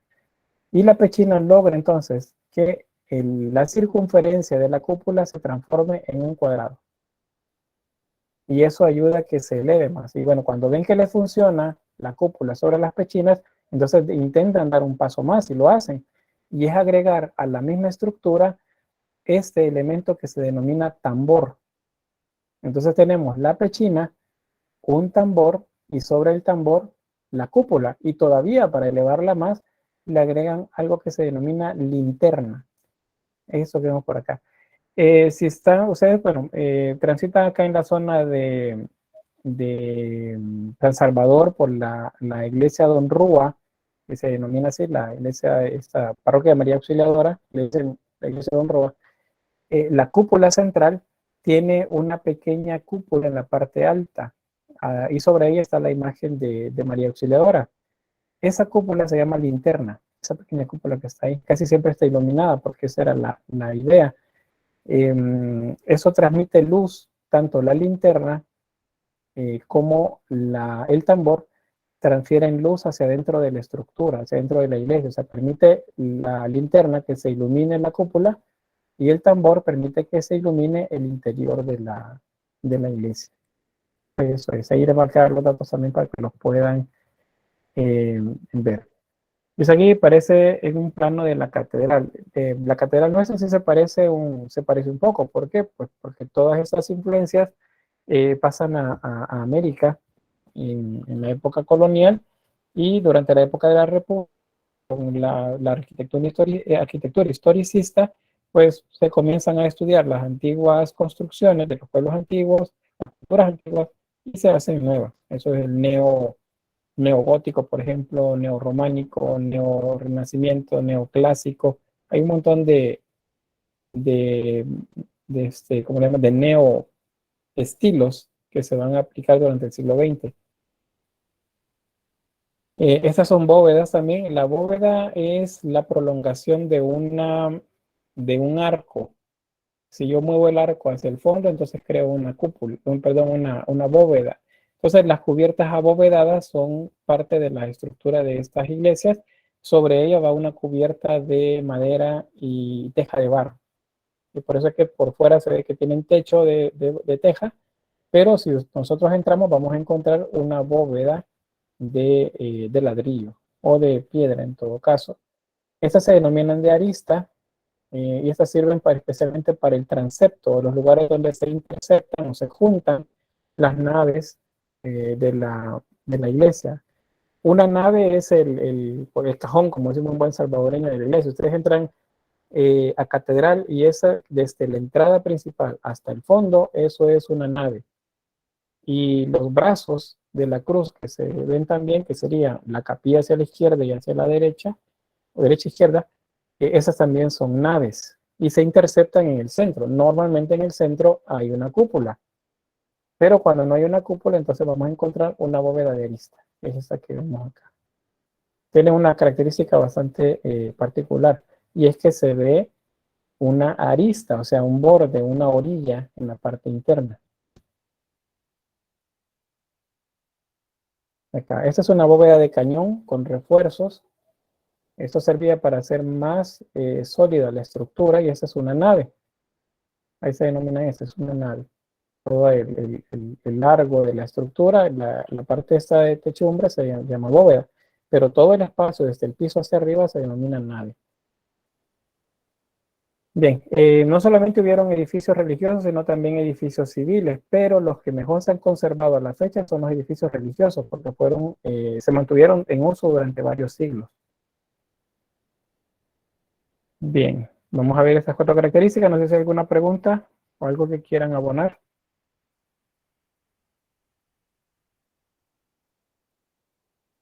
¿No? Avanzamos entonces.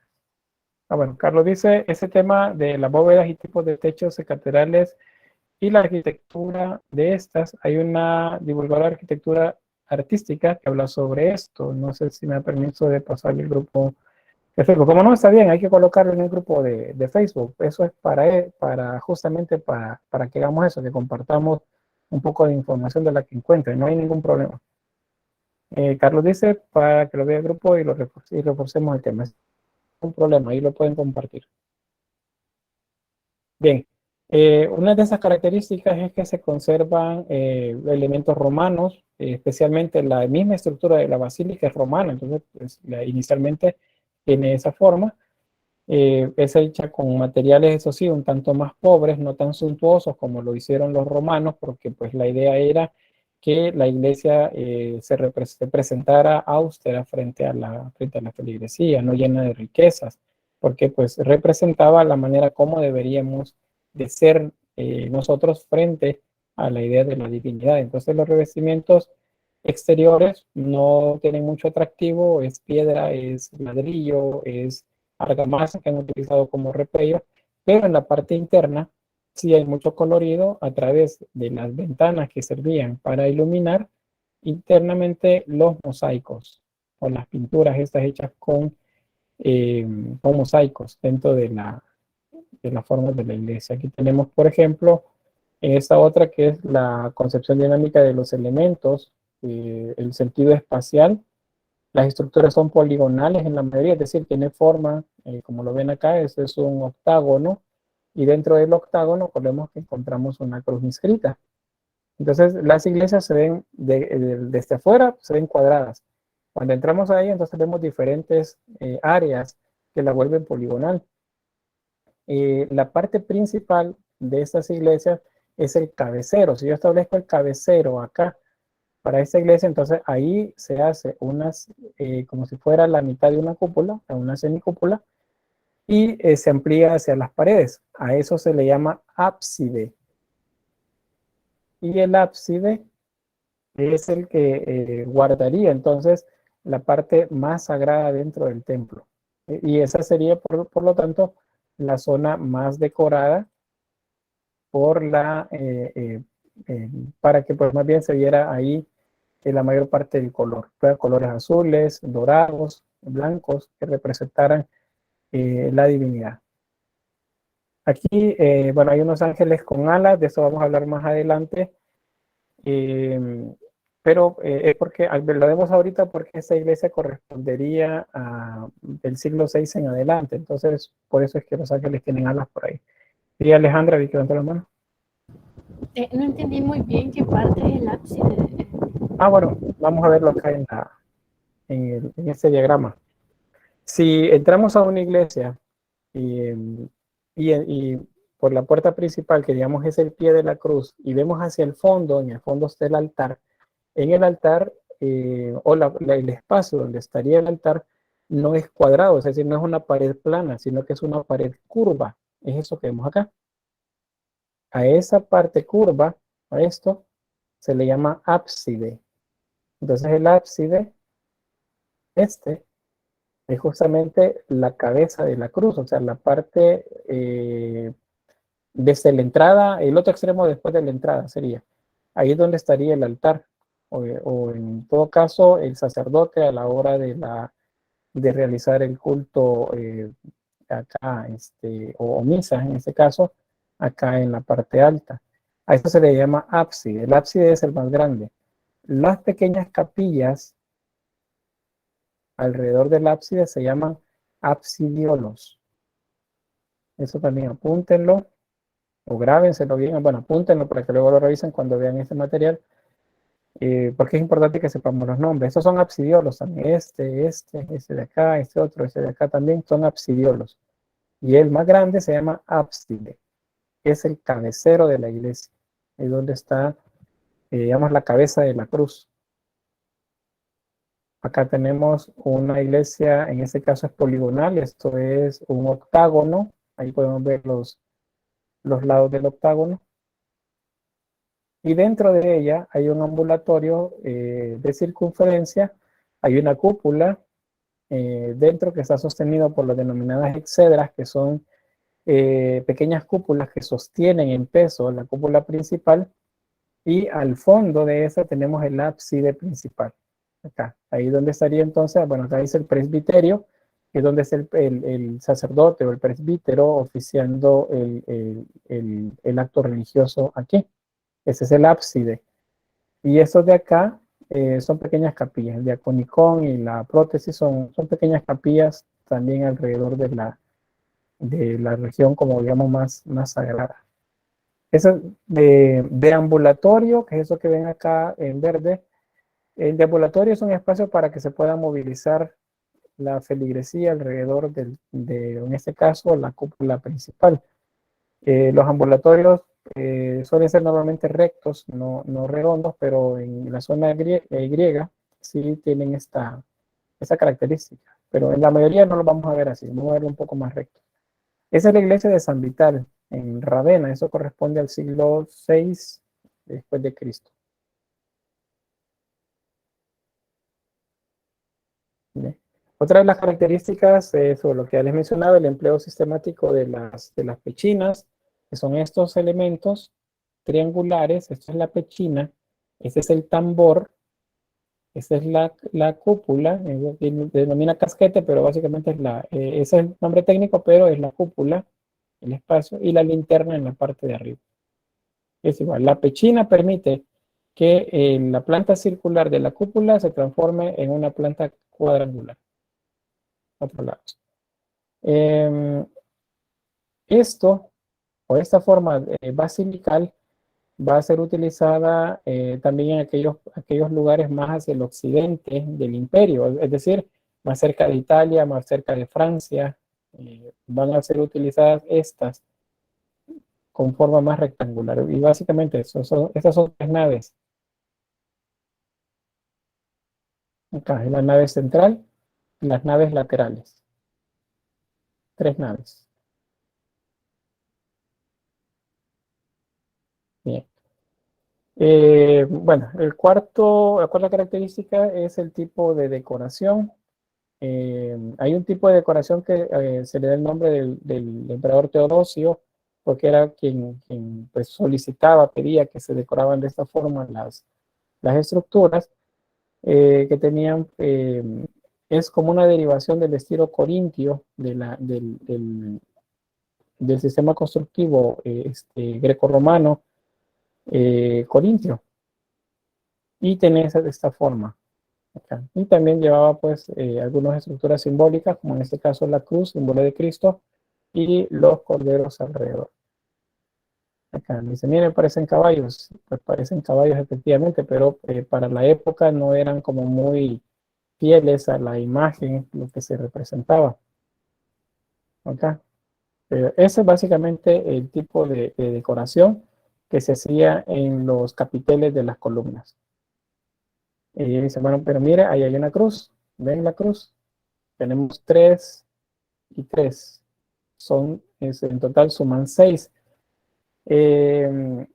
La numerología dentro del texto bíblico también es así como muy simbólica. 6 y 8 están asociados a la representación solar. Son 6 pétalos, 8 pétalos. En una flor, por ejemplo, es el símbolo del sol. En este caso, acá tenemos una de 8 pétalos. Acá tenemos, es como una pequeña ramita que se enreda y nos da la apariencia de un sol también. Pero en este caso son hojas, 4 hojas, 5 hojas que se retuercen formando una espiral. Y acá tenemos una flor en forma de espiral. Entonces, todos estos son elementos solares. O sea, nos hacen referencia a Cristo, y el símbolo principal es la cruz, que vemos por acá. Y ahí lo vemos también representado aquí. De igual forma acá.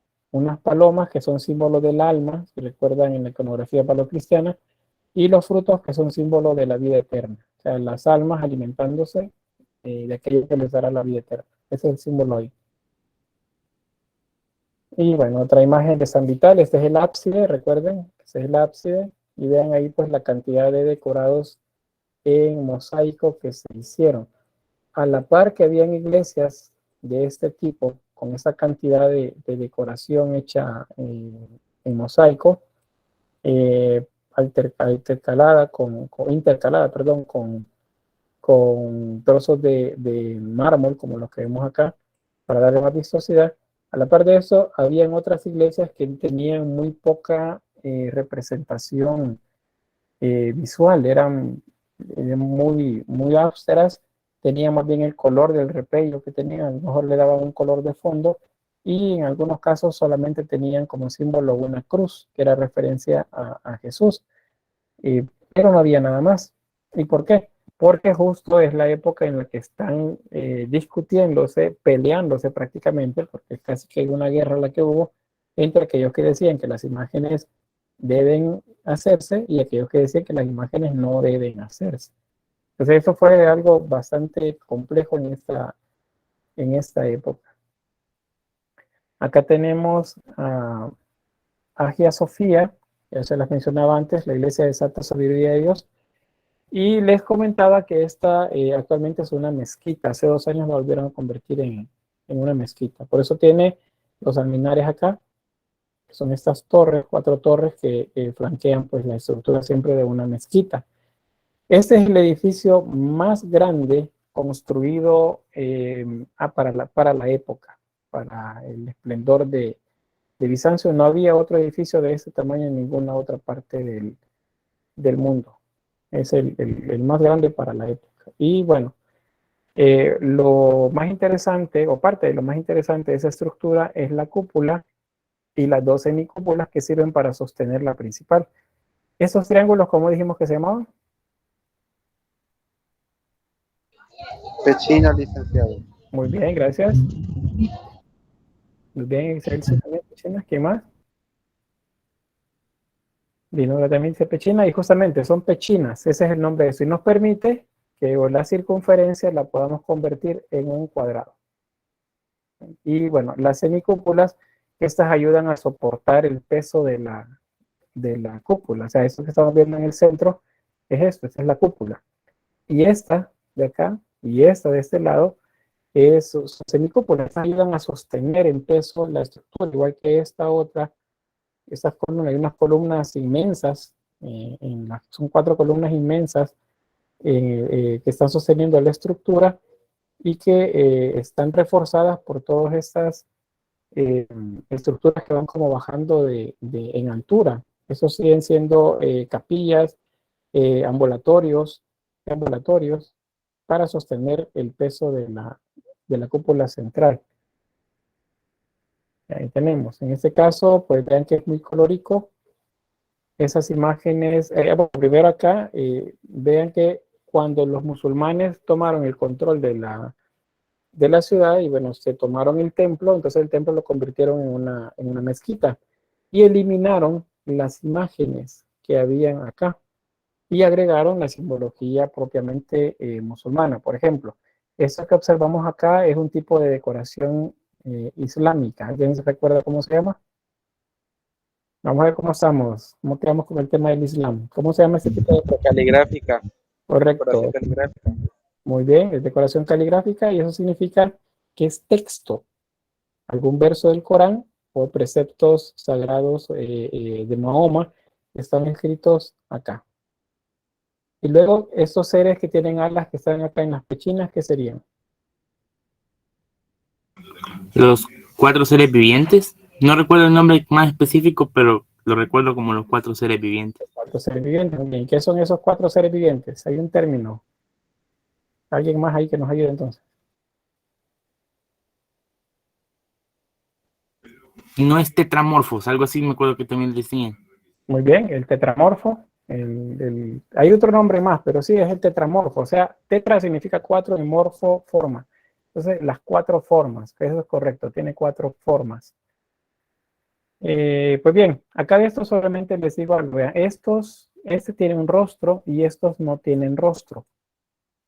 Estos tienen la representación de un trono adentro de ellos. ¿Por qué eso es así? Bueno, creo que la siguiente diapositiva está más a detalle. No, pues no, está más adelante. Lo que sucede es que cuando los musulmanes tomaron el control, les repito, destruyeron o cubrieron las alusiones que habían a las formas de seres considerados sagrados, la forma de Jesús, apóstoles, si fueran aún el emperador, pues seguramente lo borraron de donde estaba.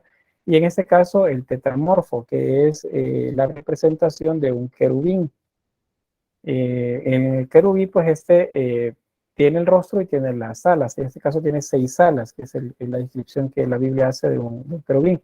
Todos tenían rostro, pero los musulmanes lo que hicieron fue cubrirlos, porque está prohibido por el Islam que los rostros se representen. Entonces, por eso se cubrieron. Sin embargo, este estaba descubierto porque, pues, cuando ya en tiempos más contemporáneos a nosotros, el espacio pasa a ser un patrimonio de la humanidad, pasa a ser considerado como algo histórico. No siempre fue una mezquita después de la conquista de Constantinopla. Entonces, pues, por eso se descubrió.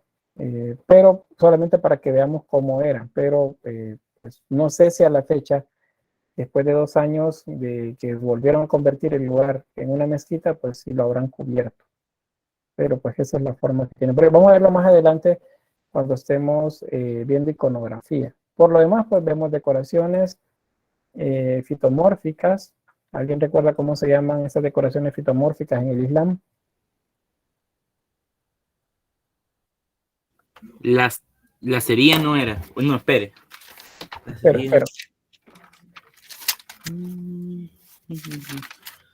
Era.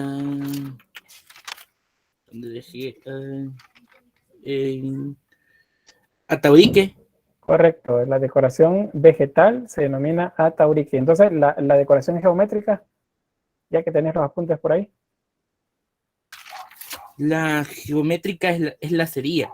Correcto, la sería geométrica, que es la geométrica, la ataurique, que es vegetal, la caligráfica, que es el texto, y la que junta todas, ¿cómo se llama? Arabesco. Arabesco, correcto. Muy bien, estamos bien ahí. Muy bien, te tenía que ignorar ahí, se agradezco. Muy bien, eso no lo deben olvidar, eso es importante que lo manejemos. Bien, entonces otra vista de la nave principal de la iglesia de Santa Sofía de Estambul o Hagia Sofía. En el aula virtual, bueno, cuando termine la clase les voy a habilitar un enlace para que puedan hacer un recorrido virtual. Acá son fotografías básicamente.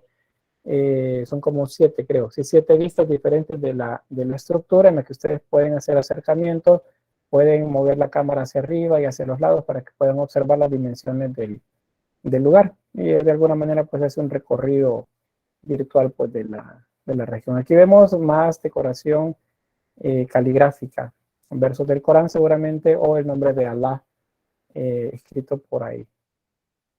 Porque es una mezquita, recordemos. Bien, voy a avanzar acá.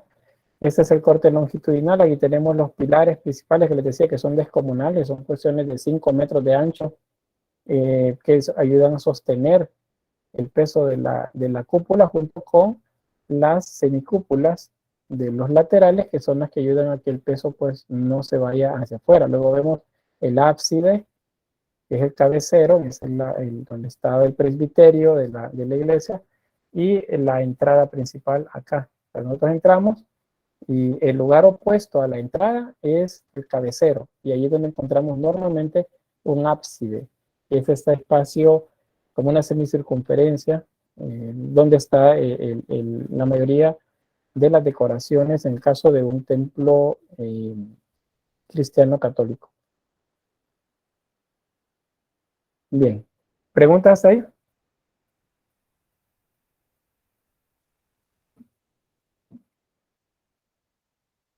¿No? Vean que está todo bien claro o o no.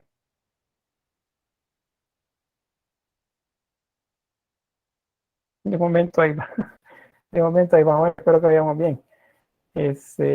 Bueno, vamos a avanzar entonces acá. Creo que nos da ahí, tenemos 15 minutos todavía. Esto es sobre la iconografía e iconología. Estos son dos términos que nos van a ayudar bastante durante toda la materia y les debe ayudar a ustedes también a entender y a saber explicar la simbología y las imágenes también para las siguientes cátedras de historia que van a llevar y en general pues, de toda la carrera. Como las imágenes son figurativas, no necesariamente son exactas a la realidad, entonces son sujetas a que se haga una interpretación de ellas dado las connotaciones que puede tener, o sea, los significados adicionales que pueden agregarse a esa imagen. Entonces, por eso es importante el estudio de ella y la clarificación de estos dos términos para que podamos interpretarla bien. Entonces, estos dos términos hay que saberlos manejar. La primera es la iconografía, y esa es la ciencia que estudia la parte descriptiva y clasificatoria de las imágenes de las obras de arte, así en términos generales, a partir de cómo se ven externamente y de los textos asociados que puedan tener sobre ellas. O sea, la iconografía es ver la imagen y decir, ah, tiene un libro, en el libro hay texto, o decir, ah, tiene un limbo, atrás del limbo hay una cruz, tiene las manos levantadas en actitud de oración, tiene las manos levantadas y está haciendo un símbolo, juntando el dedo índice, perdón, el dedo medio y el dedo anular, está haciendo un símbolo con la mano. Entonces, el color del manto es rojo, el traje es azul. Eso es iconografía, o sea, identificamos la parte visual a eso. Pero cuando nos referimos a iconología, entonces estamos hablando de otra ciencia, pero que esta se encarga del estudio del significado simbólico de esas imágenes que acabamos de describir, especialmente en las obras de arte, que es donde nos interesa más a nosotros esto. Entonces, iconografía es lo que observamos. Vemos una imagen, por ejemplo, de un Cristo que tiene en una mano un libro, la otra mano la tiene en el pecho y con una mano está haciendo un símbolo donde junta los dedos de anular y medio y separa el índice y el meñique. Y entonces ese símbolo está sobre el pecho. Entonces, ¿qué nos está diciendo? Ah, bueno, ese símbolo con la mano es el símbolo universal del amor. Y en la mano izquierda tiene el libro. Y ese libro es el libro sagrado, es la Biblia. Y hay un texto ahí que nos habla acerca de la vida. O puede que tenga una mano levantada con el dedo índice y el medio apuntando hacia arriba y haciendo un círculo con los otros dedos, viendo hacia el frente con la otra mano sosteniendo un libro. Entonces, ¿qué está haciendo? Ah, bueno, la iconología, le diría, está bendiciendo y lo hace con la mano derecha, porque la mano derecha es la que se considera de los aspectos favorables o buenos, y la izquierda, acuérdense, está asociado a la parte mala, por eso decimos diestra y siniestra.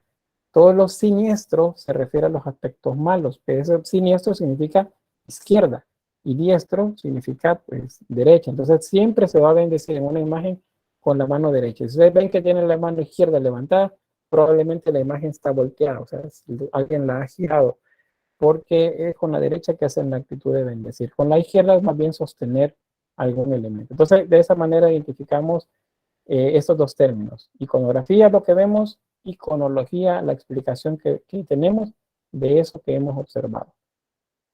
¿Quedó claro? ¿O fui muy rápido?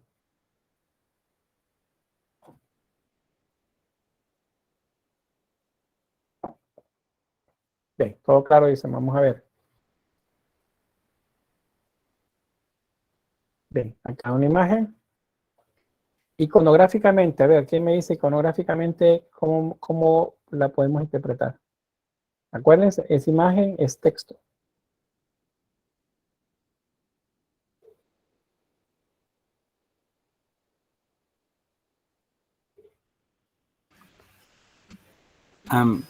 Ya que iconográficamente lo puedo interpretar así.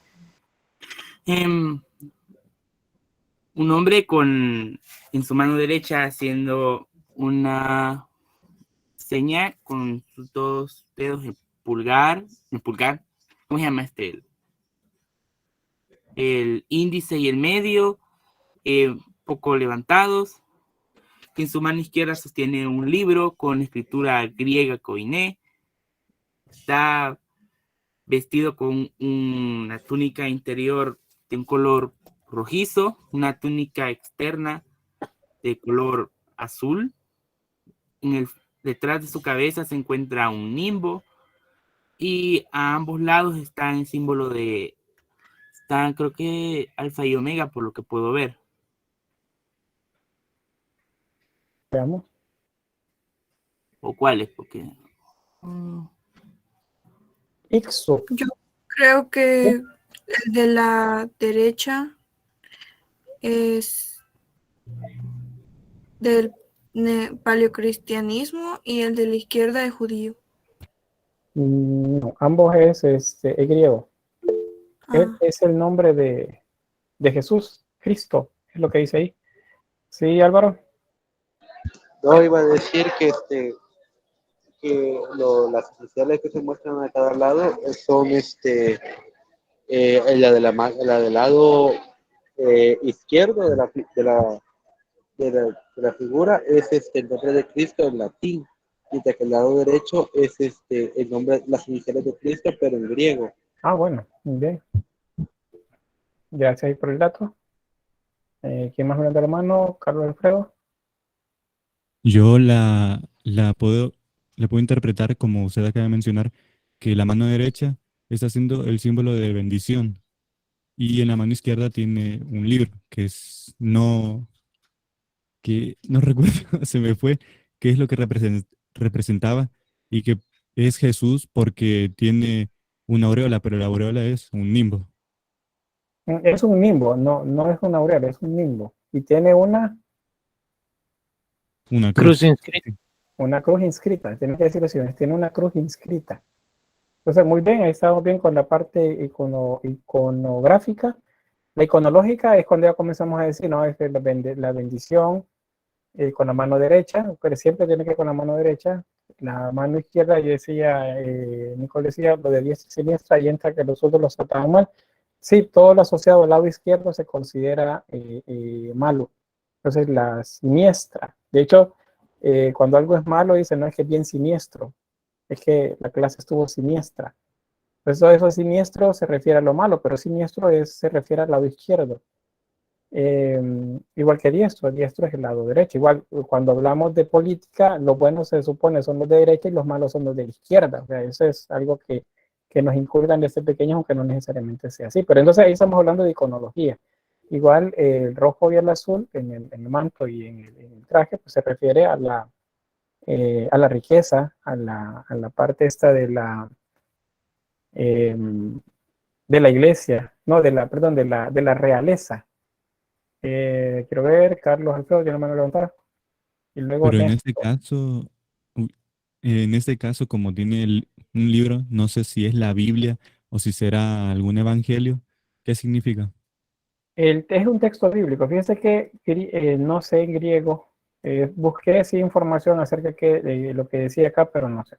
No leo griego, así es que les dejo ahí exactamente lo que dice. Sin embargo, normalmente lo que aparecía escrito acá era algo acerca de la vida, hablando de la vida eterna. Entonces, por ahí va la temática de lo que trata esto por ahí. No sé si alguien más ha levantado la mano. Sí, solo una consulta. Esa imagen está en un nicho de una pared. Sí. Es que me recuerdo de otra, pero no sé si creo que es del mismo periodo, el Pantocrator, que creo Sí, que está en una cúpula sí, y pero me parece que es similar. sí, es muy similar, es de la misma época, solo que el Pantocrator está más asociado a la representación de Cristo en el occidente. O sea, no lo hemos visto todavía como Pantocrator, pero es la misma pose, por así decirlo, representando al Jesús como Dios creador. Eso es lo que aparece ahí en la forma. Bien, no sé si hay alguien más, creo que ya llegamos al límite. El azul y el rojo dijo que era de la realeza, ¿verdad? Sí, el símbolo de la realeza. El rojo, azul, o puede ser el púrpura también, o el amarillo, son asociados a los reyes, a la riqueza de los reyes. Bueno, voy a detener la grabación.